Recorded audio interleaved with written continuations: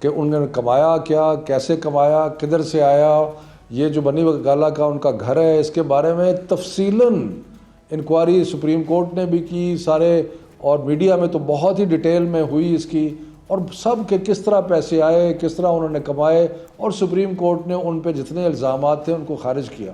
تو اس کے بعد ان کے ساتھ موازنہ کرنا جو لوٹ کے کھا گئے ہیں پاکستان کو، اور جنہوں نے اتنی، مطلب ہے کہ میں آپ کو بتا رہا ہوں کہ یہ عنقریب سامنے آ جائیں گے کہ 200 سے زیادہ ٹرانزیکشنز ہیں جو کہ ان کو باہر سے پیسے آئے ہیں، اور باہر سے پیسے کن کے نام کی طرف سے آ رہے ہیں، کوئی پاپڑ والا، کوئی فلانا، کوئی فلانا۔ مقصد یہ ہے کہ یہ تو کلیئر سمجھ میں آتا ہے، کیونکہ باہر تو ان کی اتنی کمائی ہے نہیں کہ یہاں سے پیسے باہر بھیجے جو رشوت کے اور کک بیکس کے پیسے تھے، اور ان کو اس طریقے سے باہر سے منگوا لیا۔ لیکن یہ چل رہا ہے، یہ پہلے بھی چل رہا تھا، یہ عمران خان والی جو بات نواز شریف صاحب کے بارے میں چل رہا تھا۔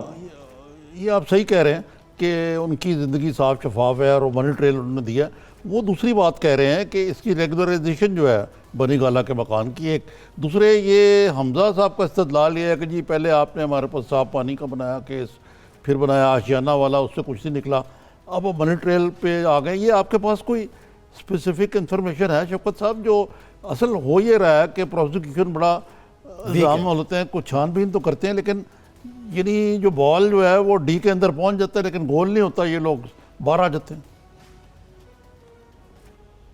اس لیے کہ ان کے پاس جو ناجائز کمائی کے اتنے زیادہ پیسے ہیں کہ یہ ہر طریقے سے اس پیسے کو استعمال کر کے مختلف چیزوں کے مختلف طریقوں سے، تو یہ میں نے کہا نا کہ آپ کو کیا میں کیسے کہوں کہ جو آج تک مجھے آپ بتائیں عارف کہ پاکستان میں کسی بڑے امیر طاقتور آدمی کو کبھی کچھ ہوا ہے، کبھی کوئی کرپشن کے اوپر کوئی سزا ملی ہے، کبھی کرپشن کے اوپر کوئی، یہ نواز شریف کو سزا ملی ہے تو وہ اب بیل پہ گھر بیٹھے ہیں۔ مقصد یہ ہے کہ اس طرح جو ہزاروں، کچھ 86,000 پرزنر ہے اس وقت پاکستان کی جیلوں میں جو مختلف سزائیں بھگت رہا ہے، اس کو وہ بھی تو سوچ سکتا ہے نا کہ مجھے کیوں نہیں یہ برات ملتی جو ان کو مل رہی ہیں۔ تو اس لیے افسوس ہی کیا جا سکتا ہے۔ اور جس طریقے سے مثلاً انیوژل چیزیں، میں نے انہونی کہا ہے نا کہ جی ویکینڈ کو بیلیں دی جا رہی ہیں، نیب کے قانون جو ہے اس کے بارے میں تشریح کی سپریم کورٹ نے، لیکن اس کے باوجود 10 دن کا نوٹس دیا جائے وغیرہ وغیرہ۔ تو یہ اب میں کیا کہہ سکتا ہوں، یہی کہہ سکتا ہوں کہ یہ عجیب باتیں ہیں۔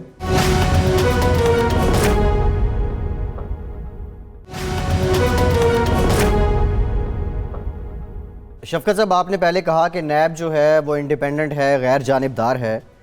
نیب اگر غیر جانبدار ہے تو حکومت کس کیپیسٹی میں کہتی ہے ہم نہیں چھوڑیں گے؟ وزیر اعظم پاکستان بھی کہتے ہیں، آج بھی حماد اظہر صاحب نے بھی کہا ہے، وزراء بھی کہتے ہیں کہ ہم چھوڑیں گے نہیں، NRO نہیں ہوگا۔ ایک تو اس کا جواب دیتے ہیں، دوسرا آپ نے کہا ناجائز پیسہ اس کو استعمال کرتے ہیں، کیا اس پیسے سے کسی کو خریدا جاتا ہے؟ امپلیکیشن تو یہی ہے۔ دیکھیں، اس قسم کے لوڈڈ کوسچن آپ نہ ہی کریں تو بہتر ہے۔ میں آپ کا کیا خیال ہے کہ اس کو جواب دوں گا ان کو، لیکن بہرحال مقصد یہ ہے کہ پیسے کے ذرا آپ کو بھی پتہ ہے اور مجھے بھی پتہ ہے کہ پیسے کے کتنے فوائد ہیں، اور خاص طور پہ ہمارا جو نظام ہے اس نظام کے اندر تو پیسے کی بہت، وہ یاد ہے ایک ملک ریاض کا انٹرویو آیا تھا کسی زمانے میں جس میں انہوں نے کہا تھا کہ پتہ نہیں وہ کہ مجھے پہیے لگانے پڑتے ہیں ہر جگہ۔ تو مطلب یہ ہے کہ یہاں پہ پیسے کا تو بہت بڑا کھیل ہے۔ یہ اس انٹرویو ریفر کر رہے ہیں، وہ کہتے ہیں فائل کو پہیے لگ جاتے ہیں، پہیے لگ جاتے ہیں، فائل کو پہیے لگ جانے والا انٹرویو کہہ رہے ہیں۔ پہیے لگ گئے تھے، اس میں پتہ نہیں کچھ اور بھی کہا تھا کہ مجھے پتہ نہیں کس نے سکرو کر دیا، کیا کر دیا، اس قسم کی باتیں وہ کی تھی انہوں نے اس دفعہ۔ سو مقصد یہ ہے کہ اس کے بارے میں تو کوئی دو رائے ہے نہیں نا۔ تو باقی آپ کا پہلا سوال کیا تھا؟ میں یہ جاننا چاہ رہا ہوں کہ نیب اگر غیر جانبدار ہے تو پھر حکومت کس بنیاد پہ کہتی ہے ہم نہیں چھوڑیں گے، اداروں کو اپنا کام کرنے دیا جائے؟ نہیں دیکھیں، حکومت اس بنیاد پہ کہتی ہے کہ جو انویسٹیگیشن ہے وہ پہلے کی جاتی ہے، اس کے بعد نیب کو بھیجی جاتی ہے۔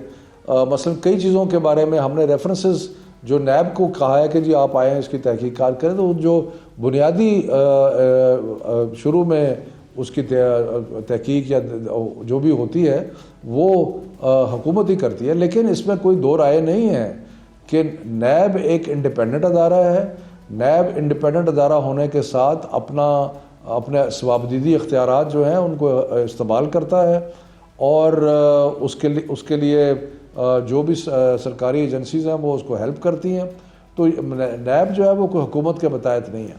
اچھا, یہ شوکت صاحب کل لاہور میں تھے وزیر اعظم, انہوں نے کہا کہ ہمارے پاس بڑے ٹھوس اور بین ثبوت آئے ہیں شریف فیملی کے خلاف, اور ثبوت مل گئے, اور اب ہم مزید مقدمات بنائیں گے کرپشن کے.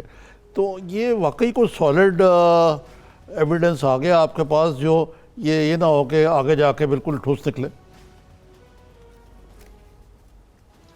نہیں, یہ تو آپ کو چند دنوں میں پتہ لگ جائے گا, لیکن کیونکہ جو بھی تحقیق ہوئی ہے اس کے نتائج سامنے آ جائیں گے.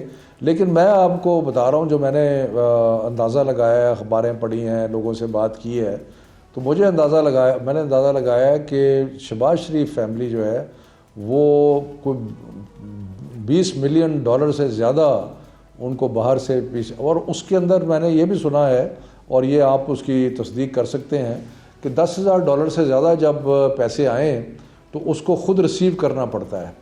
تو اس لیے جن کے نام آئے انہوں نے ریسیو کیے, اور وہ ایک ہی برانچ میں آئے. سنا ہے کہ لاہور میں کوئی برانچ ہے بینک الفلاح کی یا کسی کی, تو وہ خیر مجھے تو تفصیلات ساری کا نہیں پتہ. لیکن یہ جو پیسے باہر سے آئے, ان سے کمپنیاں بنائی گئیں, ان سے انویسٹمنٹس کی گئیں, تو وہ ان کو حساب تو دینا پڑے گا کہ وہ پیسے باہر سے جو آئے کہاں سے آئے. ایکچولی انہوں نے خود ایک قانون بنایا تھا 1992 میں ان چیزوں کو چھپانے کے لیے, کہ جی باہر سے جو بھی ریمیٹنس آئے گی اس کا نہیں پوچھا جائے گا کہ اس کی سورس کیا ہے. اس کا مقصد ہی یہ تھا کہ جو یہاں سے پیسہ باہر بھیجو اس کو پھر لانڈر کر کے واپس لاؤ. اور سارا پیسہ نہیں لاتے, پیسہ وہ لاتے ہیں جس کے ذریعے انہوں نے کوئی گھر خریدنے ہوں یا کوئی کسی قسم کی انویسٹمنٹ کرنی ہو.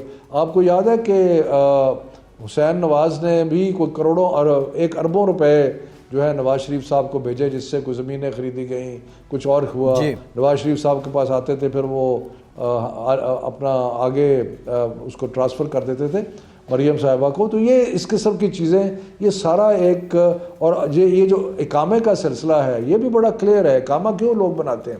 اس لیے نہیں کہ وہاں انہوں نے کام کرنا ہوتا ہے, اس لیے بناتے ہیں کہ وہاں بینک اکاؤنٹ کھول سکتے ہیں, اور بینک اکاؤنٹ کھول کے رشوت کا پیسہ جو ہے وہ ڈائریکٹلی ان کے اکاؤنٹس میں جاتا ہے. تو شوکت صاحب, اس کا مطلب یہ ہوا کہ زرداری صاحب اور ان کے اوپر بھی یہی الزام ہے منی لانڈرنگ کا, کہ یہاں سے پیسے باہر بھیجنا پھر واپس آنا یا وہاں باہر چلے جانا, یہی شریف فین کا ہے. تو یہ تو آپ نے بہت بڑی رقم بتائی جو شہباز شریف صاحب کی منی لانڈرنگ ہے. یہ لگتا یہ ہے کہ اب میاں نواز شریف تو ایک طرف ہو گئے ہیں, تقریباً ڈسکوالیفائڈ ہیں. آج کل ٹارگٹ آپ کی حکومت کا زیادہ میاں شہباز شریف اور ان کی امیڈیٹ فیملی ہے. نہیں, میرا خیال ہے ٹارگٹ کی بات نہیں ہے, لیکن میں آپ کو ایک دلچسپ حقیقت جلد سامنے آ جائے گی کہ زرداری صاحب کو کیا جو وہ سارا سلسلہ فیک اکاؤنٹس کا اور پیسے جانے اور آنے, اور شہباز شریف کا تقریباً کئی مقامات میں ایک ہی کمپنی دونوں سے ڈیل کرتی رہی ہے. اچھا, تو وہ بھی سامنے آ جائے گا. اچھا, ہاں جی. اچھا, یہ اس کے باوجود وہ جو نیکسس ہے نا, وہ بھی انقریب, اس کے باوجود کہ شہباز شریف صاحب جو ہیں وہ گالیاں گھسیٹنے والے تھے زرداری اکثر صاحب کہتے تھے کہ میں زر بابا اور 40 شور کو گھسیٹوں گا, میں نہیں مانتا, اور وہ حبیب جالب کو ورد کرتے تھے. آپ کہہ رہے ہیں ایک ہی کمپنی استعمال ہو رہی تھی ان چند کیسز میں, ایک ہی کمپنی. اور یہ تو دیکھیں نا عارف, یہ تو بالکل سیدھی بات ہے نا, یہ تو ریکارڈ کی بات ہے نا, کہ کسی بینک میں پیسے آئے, وہ ریسیو ہوئے, اس کا یہ اماؤنٹ تھا, کس نے بھیجے, کس نے ٹی ٹی لگائی, اس کا نام. یہ چیزیں تو کوئی ریکارڈ کا حصہ گھڑی نہیں جا سکتی نا, یہ تو سامنے. اور اس لیے پرابلم بھی حمزہ کا یہ ہے کہ حمزہ پکڑا گیا ہے.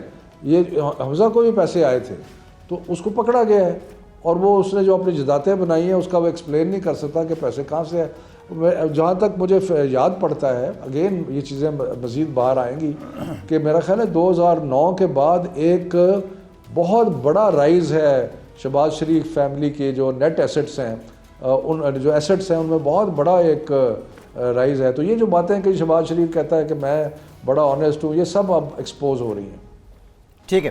ایک بریک لیتے ہیں. آپ نے بہت بڑی رقم بتا دی ہے $20 نظامی صاحب. بریک کے بعد شفقت صاحب سے یہ بھی جانتے ہیں کہ اگر حکومت کیس کرتی ہے یا جس طرح کہا کہ ان کو پکڑیں گے تو کیا طریقہ کار ہوگا, اور اس کے علاوہ جو اکانومی کی صورتحال ہے, اسد عمر صاحب بھی امریکہ میں ہیں, اس کو لے کر بھی تھوڑی بات کریں گے. وہ بھی کریں گے, اور بھی بڑے موضوعات ہیں. جی جی بالکل ٹھیک ہے, ایک بریک لیتے ہیں.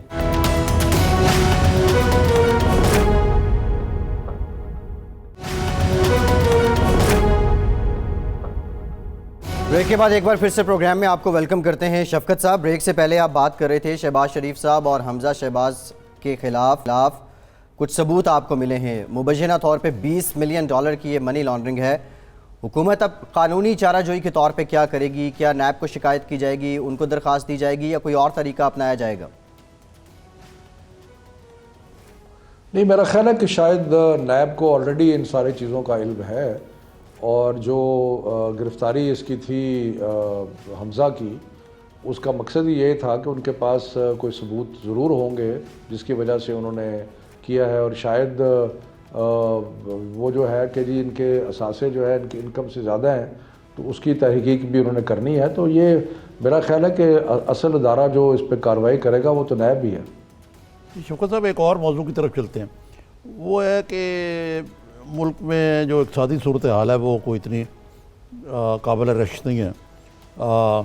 آپ کا نیریٹو تو یہ ہے کہ بھئی یہ پچھلی حکومت کا سارا کیا دھرا ہے, لیکن اب تقریباً آپ کو 9واں مہینہ جا رہا ہے آئے ہوئے, تو پتہ نہیں کب تک یہ استدلال جو ہے یا جواز جو ہے پیش کیا جائے گا.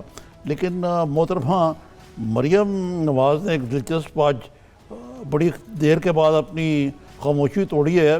ایک ویڈیو ہے کوئی سیاسی ٹویٹ ٹائپ کا, سجاد علی کا گانا ہے یاد تو آتی ہوگی, یاد تو آتی ہوگی. اس میں انہوں نے کہا کہ جی آپ کو ویڈیو یہ شیئر کی ہے کہ میاں صاحب کی حکومت کی یاد تو آتی ہوگی. وہ کہتی ہیں کہ یاد تو آتی ہی ہوگی, دل دکھاتی ہوگی, اور پتہ نہیں کیا یاد تو آتی ہوگی, دل دکھاتی ہوگی, رلاتی ہوگی, ایسا ہی ہے. سجاد علی کا گانا ہے. مطلب یہ کہنے کا ہے کہ ان کا کہنے کا غالباً مطلب یہ ہے کہ حالات اتنے خراب ہیں کہ لوگ میاں صاحب کی کو یا دعائیں دے رہے ہیں, اور ان کو کہہ رہے ہیں یار خدا کا واسطہ ہے واپس آ کے ان سے بچاؤ میں. یہ بڑی دلچسپ صورتحال ہے, کیونکہ بربادی کر کے اور معیشت کا برا حال تباہی پھیر کے, اور 6,000 ارب سے 30,000 ارب تک قرضہ چڑھا کے پاکستان کے اوپر, اور فار ایکسٹرنل ڈیٹ جو ہے وہ 95 بلین تک یا 97 بلین تک لے جانے کے بعد یہ محترمہ کہہ رہی ہے کہ یاد آتے ہوں گے. ہاں, یہ ضرور لوگوں کو یاد آتی ہے ان کی جو لوٹ مار ہے, جو انہوں نے باہر جداتیں بنائی جس کی کوئی ایکسپلینیشن کورٹ میں نہیں دے سکے. یہ ضرور لوگوں کو یاد آتا ہے کہ نواز شریف صاحب جو ہے ان کو سزا ہوئی ہے عدالت سے, وہ اس وقت ایک کنوکٹڈ کرمنل ہے, اور وہ تو ایک صحت کی بنیاد پہ ان کو رہائی ملی ہے. تو اس لیے یہ ساری چیزیں, اور لوگوں کو اگر یاد کی بات کرتے ہیں تو ابھی ملتان میں بائی الیکشن ہوا ہے جو تحریک انصاف نے جیتا ہے. تو میرا خیال ہے, اور جتنے بھی سرویز آ رہے ہیں لوگ سمجھتے ہیں, لوگ مشکل وقت ہے اس میں کوئی شک نہیں ہے, مہنگائی بھی ہے اور کاروبار بھی کچھ کم ہوا ہے, اس میں بھی کوئی شک نہیں ہے, تکلیف دہ بات ہے. لیکن یہ جو ہمیں ورثے میں دے کے گئے تھے, مطلب کوئی کیسے لوگوں کو ایک عام آدمی جو ہے وہ اپنے گھر میں رہتا ہے اور اس کے اوپر قرضہ جو ہے وہ جس کی گھر کی مالیت تھوڑی ہو اور اس کے اوپر 10 کروڑ کا قرضہ چڑھ جائے تو وہ بیچارہ کیا کرے گا. ہم تو ایسی بری صورتحال میں معیشت کو سنبھالا دینے کی کوشش کر رہے ہیں, اور آپ کو پتہ ہے کہ کرنٹ اکاؤنٹ ڈیفیسٹ پہلے سے کم ہوا ہے, امپورٹس کم کی ہیں, ایکسپورٹس تھوڑی سی بڑھی ہے لیکن انشاءاللہ اور بڑھے گی, لیکن امپورٹس جو ہیں وہ کم ہوئی ہیں. اسی طرح بہت سارے ایسے مسائل جو ہمارے لیے چھوڑ کے گئے ہیں ان کو ٹھیک کرتے کرتے تھوڑا سا ٹائم لگے گا انشاءاللہ تعالیٰ. یہ ملک کے فنڈامنٹل جو ہے, ابھی بزنس ریکارڈر کا میں ایک آرٹیکل آیا تھا, اس کے بعد ایک دو اور آرٹیکل میں نے لیٹلی دیکھے ہیں, ایک عابد سلیری صاحب کا آرٹیکل آیا, حفیظ پاشا صاحب جو اکانومسٹ ہیں, آپ کو پتہ ہے حفیظ پاشا صاحب نے کیا کہا, انہوں نے کہا کہ یہ ساری جو بات چھوڑ کے گئے ہیں یہ صرف اور صرف ایک قرضوں سے بھری ایک میراث جو ہے وہ ہمیں چھوڑ کے گئے ہیں. یہ حفیظ پاشا ٹاپ اکانومسٹ ہیں ملک کے, اور کچھ دعوے جو ان کے ہیں اس میں کے بارے میں انہوں نے کہا ہے کہ انہوں نے جھوٹ بولا. تو یہ جو سارے لوگ ہیں, ابھی AKD سیکیورٹیز کی طرف سے ایک رپورٹ آئی ہے جس میں وہ کہہ رہے ہیں کہ پاکستان کے فنڈامنٹلز جو ہیں وہ بہتر ہو رہے ہیں. جی سو اس میں تو کوئی شک نہیں ہے کہ صاحب کو پرابلم تمغہ بھی ملا ہے, ہے. لیکن حالات بہتر ہو رہے ورلڈ ہیں. بینک کی رپورٹ ہے, IMF کی رپورٹ یہی میں ہے. کہنا چاہتا تھا شفقت صاحب, یہ تو ٹھیک ہے, اور مضمون دوسری طرف والے بھی ہیں, لیکن یہ جیسے فرما رہے تھے ورلڈ بینک کی رپورٹ ہے اور IMF کی اپنی رپورٹ ہے کہ 2.8 2.4 تک لے گئی ہے. وہ GDP جو 4.4 تھا اس سے گنتے گرتے 2 پہ آ گئے, جو تقریباً میرے نزدیک نیگیٹو تک گروتھ چلا جائے گا 2020. اور میرا سوال یہ نہیں ہے, یہ تو چلے یہ پتہ ہے ہمیں سب کو, ڈو یو تھنک کہ ہمارے there is a light at the end of the tunnel number 1. دوسرا یہ کہ ہمارے جو اسد عمر صاحب ہیں, از ہی اپ ٹو دا جاب, یا وہ کو سنبھال سکیں گے اس صورتحال کو, یا یہ روبہ زوال ہی رہے گا معاملہ؟ میرا خیال ہے کہ جو فنڈامنٹلز ہیں ان کو سنبھالنے میں اسد نے جو کام کیا ہے بہت اچھا کام کیا ہے. اور میرا خیال ہے کہ مشکل حالات میں ابھی آپ دیکھیں کہ تقریباً 8 مہینے ہونے والے ہیں, اور جس ملک کے پاس صرف 2 ہفتے کا ڈالرز کی امپورٹ کا پیسے تھے, 8 مہینے کے باوجود ڈیفالٹ نہیں ہوا. جس طریقے سے ہمیں اسد نے اکانومی کو ہینڈل کیا ہے, ابھی تک IMF کا پروگرام نہیں آیا لیکن ڈیفالٹ نہیں ہوا, تو اس کا مطلب یہ ہے کہ بہت ساری چیزیں جو ہیں اور درست ہوئی ہیں. اور میں آپ کو یہ جو مختلف آرٹیکل بتا رہا ہوں, ٹھیک ہے ورلڈ بینک نے کہا ہے کہ گروتھ تھوڑی ہوگی, یس میں کہہ رہا ہوں کہ مشکل حالات کے اندر گروتھ, لیکن جب یہ ایسے ہی ہے کہ آپ کا اگر آپ اور میں ایک گھر کا مثال لے لیں کہ اگر آپ کے پاس بے شمار قرضہ چڑھا ہوا ہے تو آپ کے پاس 2 چوائسز ہیں, یا اور خرچہ کرتے جاؤ اپنا گاڑیاں لے لو, یہ کر لو اور قرضہ اور بڑھا دو. دوسرا طریقہ یہ ہے کہ آپ اپنا پیٹ جو ہے اس کو کاٹو, آپ اس کے پتھر باندھو.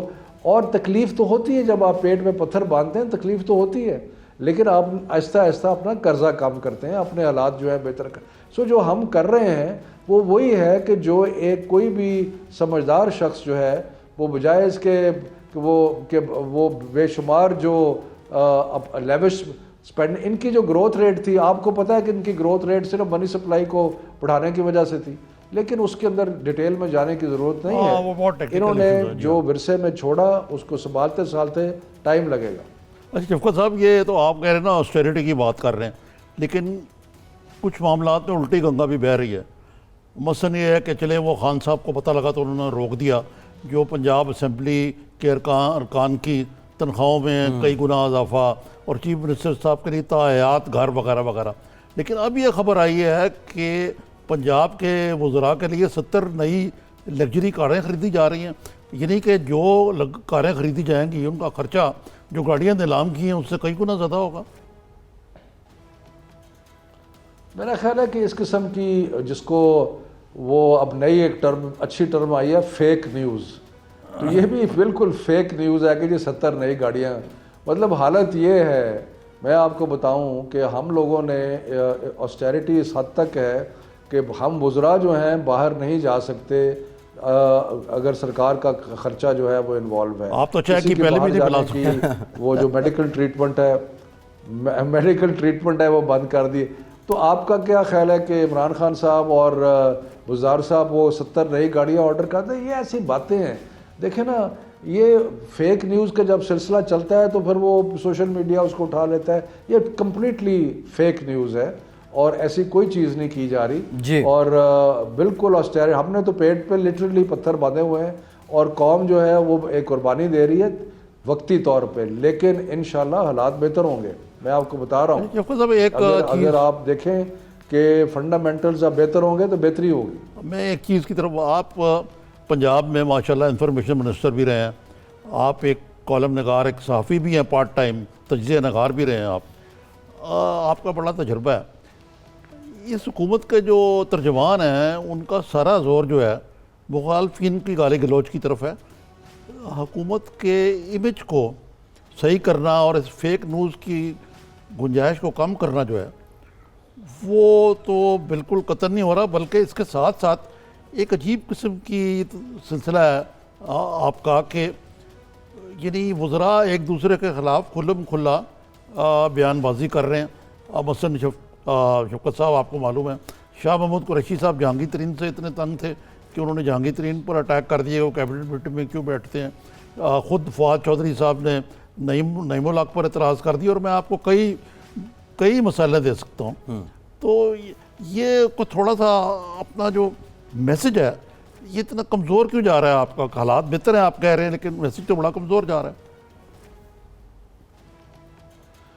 دیکھیں اس میں کوئی شک نہیں ہے کہ جس وقت معیشت کی کم ہوتی ہے, بازاروں میں مندہ ہوتا ہے, تو ایک تاثر یقیناً ایسا ابھرتا ہے, اور لوگ تکلیف, کیونکہ لوگ ہیں تکلیف میں. کون کہتا ہے کہ لوگ تکلیف نہیں, اور ہمیں بڑا دکھ ہے اس بات کا. ہمیں عوام نے الیکٹ کیا اور یہ کہ آئے اور بڑے مشکل حالات میں ملا, ملک کا دیوالیہ ہونے والا تھا, تو لوگوں کو تکلیف تو ہوگی اگر حالات بہتر اگر ہم کفایت شاری سے اور طریقے سے معاملات کو.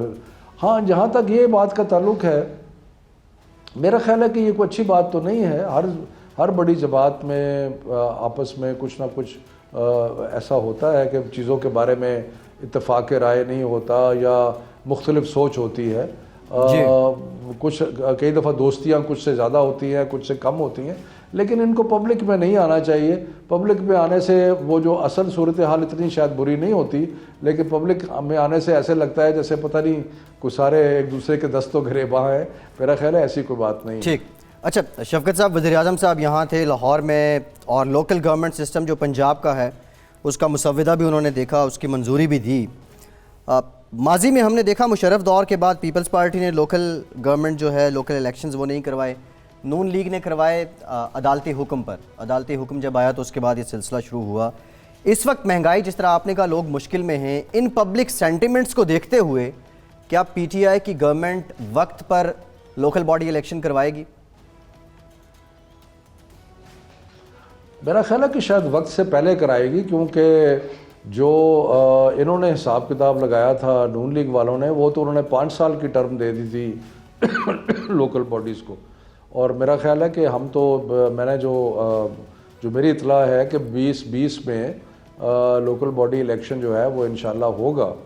اور ہم نے خیبر پختونخوا میں بھی کوئی ہمیں کسی نے کہا نہیں تھا, کوئی کورٹ آرڈر نہیں تھا کہ الیکشن کرانے. ہم نے الیکشن کروائے وہاں پہ, اور ایک بڑا مثبت نتیجہ رہا. آپ نے دیکھا کہ جو الیکشن ہوا اس میں ایک لینڈ سلائیڈ وکٹری ہمیں کے پی میں ملی, تو لوگ خوش تھے ہماری پرفارمنس سے.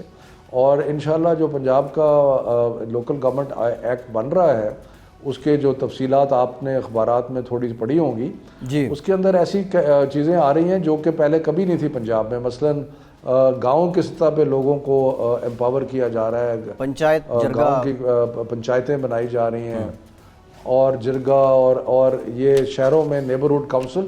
تو میرا خیال ہے کہ اتنے لوگوں کی گورنمنٹ کے اندر انوالومنٹ ہوگی کہ لوگ اپنے حالات جو ہیں خود ٹھیک کر سکیں گے. تو یہ بہت بڑا ایک سٹیپ ہے, اور یہ لوکل گورنمنٹ پہ الیکشن ضرور ہوں گے. اور جو ٹینیور تھا جو ان کے زمانے میں تھا اس سے شاید پہلے ہی ہوں. ٹھیک ہے شفقت صاحب, ایک بریک لیتے ہیں, بریک کے بعد جب واپس آئیں گے اس کی بھی بات کریں گے. ویسے نظامی صاحب کے پی میں جو پچھلے لوکل گورنمنٹ الیکشن ہوئے تھے اس میں بہت بہتری آئی, پی ٹی آئی کو ریوارڈ بھی ملا اس کو جنرل الیکشنز میں. کے پی میں جو یہ ابھی یہ جو میٹرو ٹرین کیا کہتے ہیں اس کو, بی آر ٹی, وہ ایک ان کے لیے مشکل ہے. پوچھیں ان سے کہ کیا یہ اتنا بلیک ہول ہے. ہاں آج بلکہ حمزہ نے بھی اس ریفرنس کی بات کی ہے کہ ہم نے 3 میٹرو بنا دی, ان سے ایک بی آر ٹی نہیں بنی. مزید بات کریں گے ایک بریک کے بعد.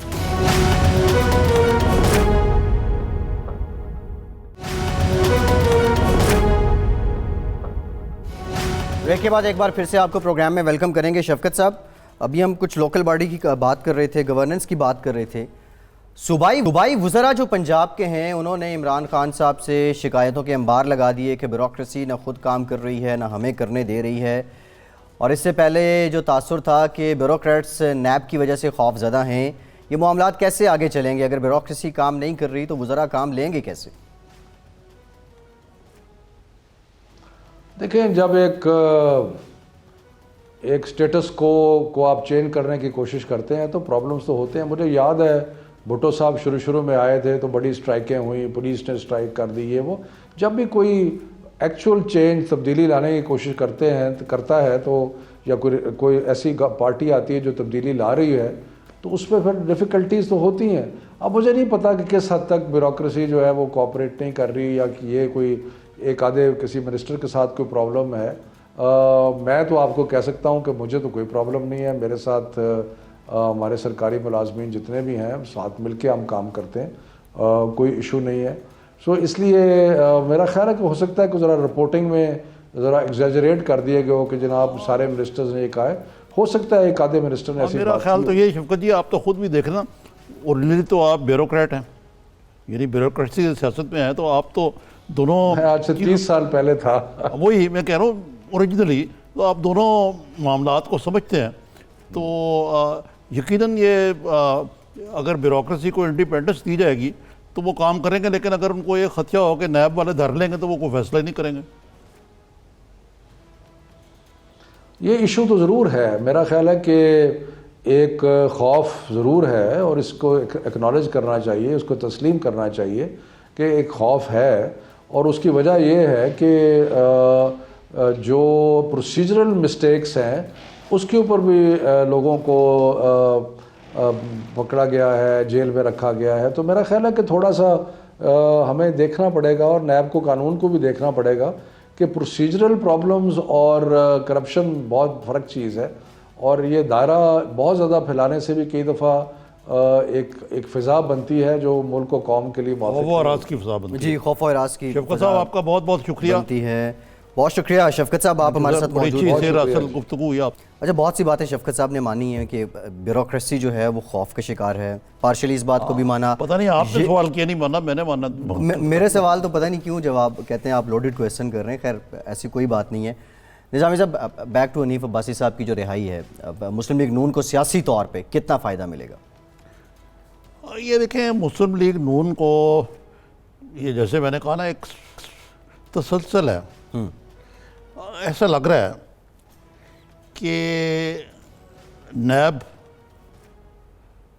یا حکومتی مشینری جو پروسیکیوشن کی ہے وہ, چاہے وہ اس میں تو یہ حنیف عباسی کا تو یہ تو اینٹی نارکوٹکس کا تھا ان کی کورٹ تھے, اور جو عدلیہ ہے یہ ایک پیج پہ نہیں ہے.